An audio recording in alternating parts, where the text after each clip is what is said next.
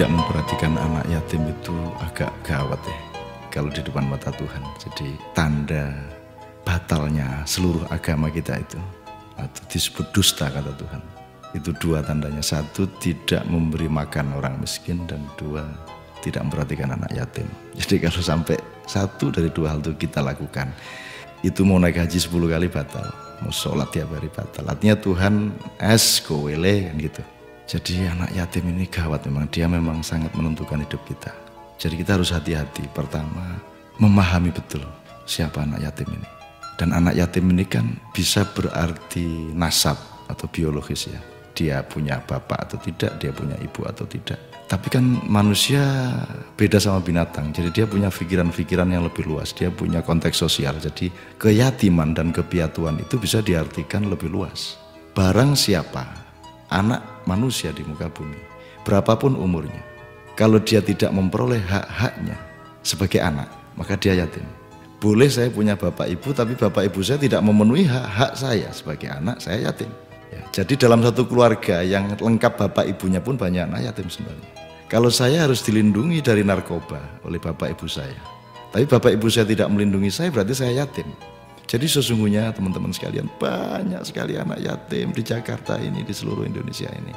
Kecuali kalau yang disebut menjadi bapak ibu adalah ngasih makan dia. Tapi kan jauh lebih lengkap dari itu. Tidak memenuhi pendidikan anak-anak, itu berarti meyatimkan anak. Ini baru keluarga, belum konteks sosial, konteks negara. Kalau sebuah pemerintahan tidak menjalankan kewajiban atas rakyatnya, maka dia meyatimkan rakyatnya. Sekarang Anda tinggal hitung. Di wilayah-wilayah pembangunan kita, Anda tahu, para petani sepanjang negara kita merdeka, petani-petani itu yatim, tidak dipenuhi hak-haknya. Nelayan-nelayan yatim, buruh-buruh yatim. Bahkan parpol-parpol ini meyatimkan warganya. Mereka membutuhkan suara warganya, tapi mereka tidak pernah melakukan pendidikan politik apapun kepada warga parpolnya.